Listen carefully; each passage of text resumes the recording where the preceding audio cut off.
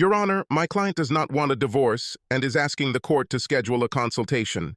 She believes that her marriage is strong enough to overcome this incident with a little help. Her lawyer said this. She, my future ex-wife, Julie. My lawyer stood up. Your Honor, a 12-month affair with several men that resulted in the birth of a child is hardly an incident, especially when DNA proves that the child is not my client's. We believe that there is no benefit in prolonging this marriage. Consultations won't change anything. It is because of the child that I am inclined to order a consultation, the judge said. A child needs a stable home to grow. If you think that I will raise the offspring of this traitor, I said loudly. My lawyer winced. The judge hit his gavel hard. One more word and I'll hold you in contempt of court, he shouted at me. I schedule 1 month of consultations, 2 sessions per week. You will be visiting Mr. Stedman, or else. He looked at me intently for a moment, then hit me with the hammer again. This is all. Julie, my ex-wife, looked smug as I walked into the consultant's office. I'm Dr. Sullivan, but you can call me Gerald. Can I call you Brian? He smiled at me. No, you cannot. You can address me as Mr. Stedman. Brian, there's no need for that, Julie began. You don't have to contact me at all, I snapped at her. I think we need to calm down, Dr. Sullivan said. Please, Mr. Stedman, have a seat. He pointed to one of the chairs standing side by side in front of his desk. I moved my chair a good 1.5 feet away from the chair Julie was sitting in and plopped down in it. Gerald sighed. Okay, he began. I heard nothing else as I pulled out a set of wireless headphones, put them in my ears, and started listening to music from my phone. Gerald looked at me silently and then began to talk to Julie. I couldn't hear what he was saying, and I just kept playing with my phone while listening to music. About 15 minutes later, I saw Julie stand up. She looked at me and stomped out of his office. I took out my headphones. Okay, doctor, good session. See you on Thursday? I canceled the sessions and sent my report to the judge. Better. I left the office. The judge was unhappy. Give me one reason why I shouldn't consider your client disrespectful, he growled at my lawyer. Your Honor, you ordered my client to attend meetings. He attended the first session as ordered. The remaining sessions were canceled by the consultant. The consultant's report clearly states that he made no attempt to participate in the session. He put on headphones and ignored them the entire time, the judge responded. The order was for him to be present, my lawyer replied. He was present. Given that the consultant believes that there will be no benefit from continuing, I would like to request that you grant the divorce as petitioned. Not in your life, said the judge.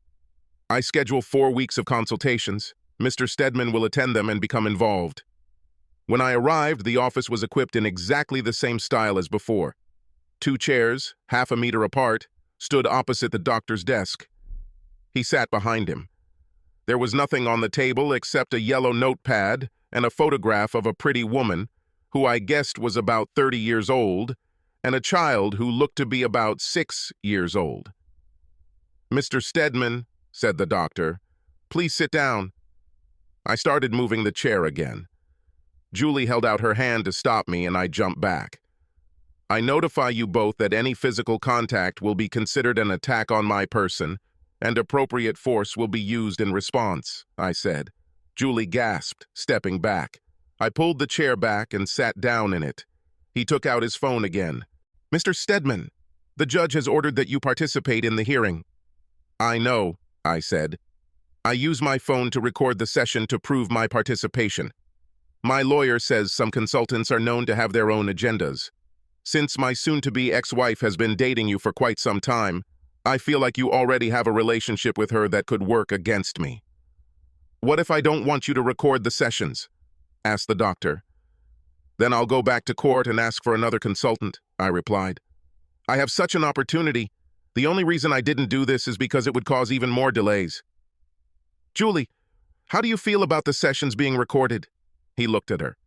It doesn't matter, she said, waving her hand. Can we just get started? Okay, said Gerald. What would I like to do first? Before we start, I interrupted him. Can I ask a question? Of course, he said.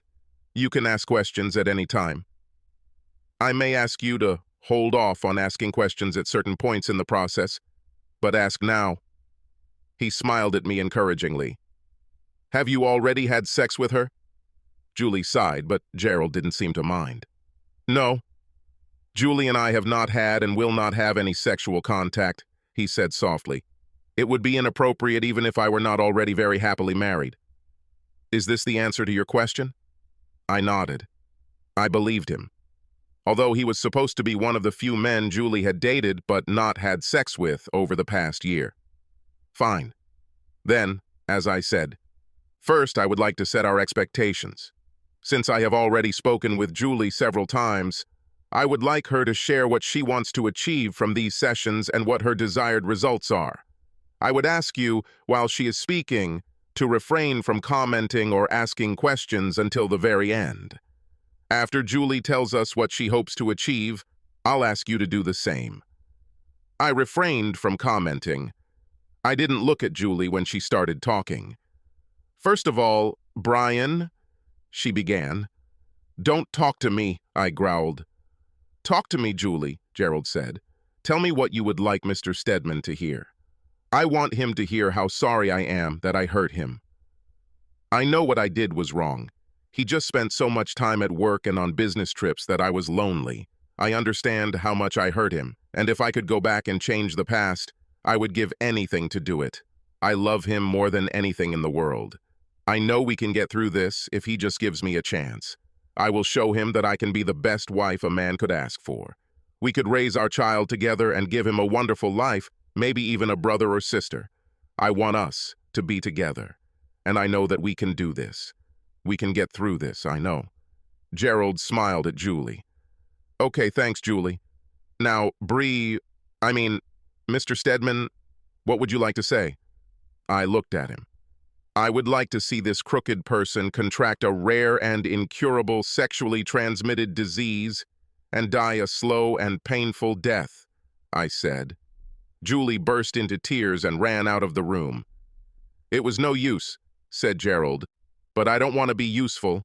This bitch played tricks with half the men in the city for a year, got pregnant, and tried to pass off the child as mine. If I hadn't suspected something was wrong and demanded a DNA test, now I would even be forced to pay child support for the child of some other brat. Tell me, Doc, how exactly should I behave?" "It's natural to be angry, but you have to look through the lens of anger at what you had," he replied. "Do you even know what you're talking about?" I snapped. "Have you ever had the love of your life, the person you trusted with your heart and soul, and who you were literally willing to die to protect, screw you up so badly that you questioned your own sanity? When I found out what was happening, I wanted to die. I seriously considered committing suicide. How can someone who confesses their love for another cause them such pain that it drives them to suicide? Also, did you notice that she never said that she regretted what she did? Not for having sex with all these men, not for lying over and over again, not for getting pregnant, and not even being able to guess who the child's father is? The only thing she is sure of is that this is not the person who was supposed to give her a child. So, since you have no understanding of what it's like to be in my position, don't sit here with your sanctimonious smile and bookish education and tell me that I should turn a blind eye to my anger. Right now, my anger is all I have. Just let me kick this cheater out of my life and try to regain some of the pieces she left me." "Does this count as participation?" I snapped, leaving his office.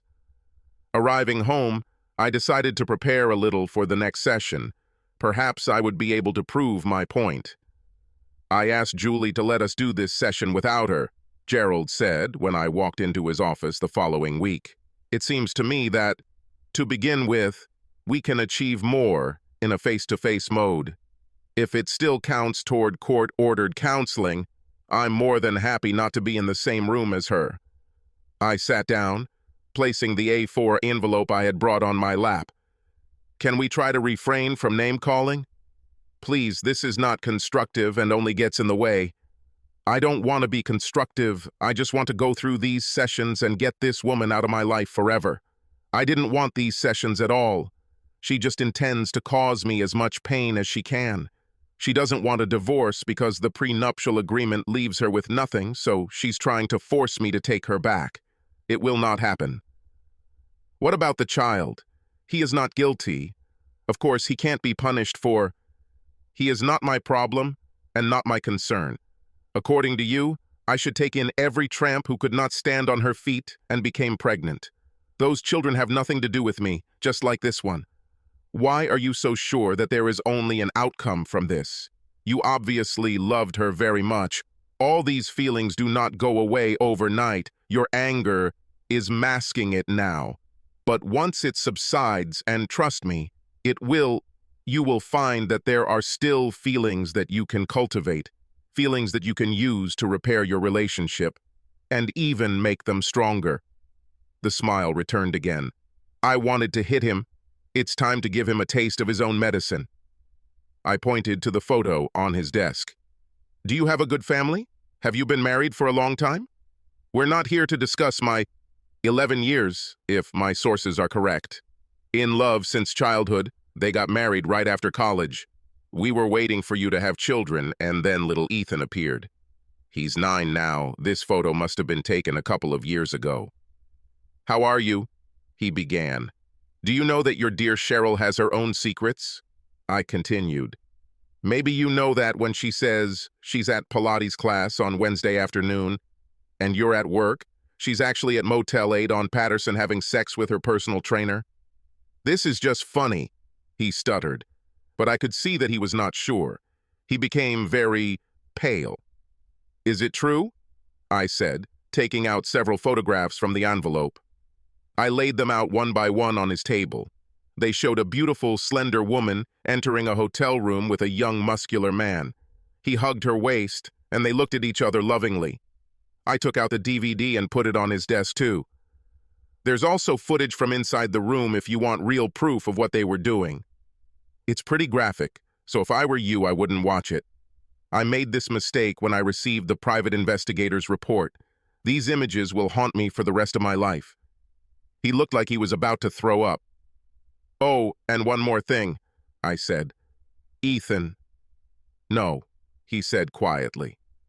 Please, God, no. I took the DNA report out of the envelope. It looks like the fitness instructor is not the first. I think he would be too young to be Ethan's father, but whoever the father is, it's not you, I said quietly. He got up and ran to the toilet, which, as I understood, was located next to his office. I heard him vomit noisily into the toilet. Now, do you understand? I asked him when he sat down in the chair again. Tears were streaming down his face. He looked at me with dead eyes. Now you understand what pain she caused me and why I should erase her from my life? He nodded weakly. Fine, I said. Now there's one more thing you should know. He looked at me with horror on his face. Something else? He asked plaintively. It's all fake, I answered. None of what I just showed you is true. As far as I know, your wife is as loving and faithful as you thought, and Ethan is your son. But photographs? He asked. Photoshop. It's amazing what you can do with a few Facebook posts and a little time and effort, I replied grimly. If you had them examined by anyone who was even remotely competent, they would tell you that they were all fakes. I took out a few more photographs from the envelope. But to prove it, here are the originals from which I created them. His face started to color, and I wondered if he was going to attack me. DVD? He asked. Empty? DNA report? This is actually a DNA report on my cheating wife's child. I just changed the names and dates. He sat stunned for several minutes as fresh tears began to stream down his face. Why did you do this? What do you think you could achieve by destroying my marriage and my life? He asked. That was not my intention. That's why I told you almost immediately that it was all fake. I didn't want any permanent harm to come to you or your family. I just wanted you to really understand for once the pain I went through, the feelings of loss, anger, and resentment. For a few minutes you experienced this, and I still experience it. Your short-term suffering is my life now and in the future. Forcing me to sit here with this woman, listening to her ramble on about how much she loves me and wants me back, means I have to keep going through this pain over and over and over again. There are laws regarding cruel and unusual punishment. Why are they not used in this case? I just want to move on with my life, try to collect what little I have left, and move on with my life. Why can't you and the court let me do this? I collected all the documents from the table and put them back in the envelope. I'll leave this for you to deal with, I said. I'm very sorry that I had to do this, but I need you to understand me. I left his office. Your Honor, I have a report of the court-ordered counseling sessions that my client was required to attend. My lawyer addressed the judge again. I have a copy, the judge growled. It appears that the counselor believes that even after 3 sessions out of the 8 ordered by the court, this marriage cannot be saved, and that for the well-being of all concerned, including the child, the best solution is to allow its dissolution. Yes, Your Honor, I request that you order that the divorce be finalized as petitioned. The judge looked at me for a long second.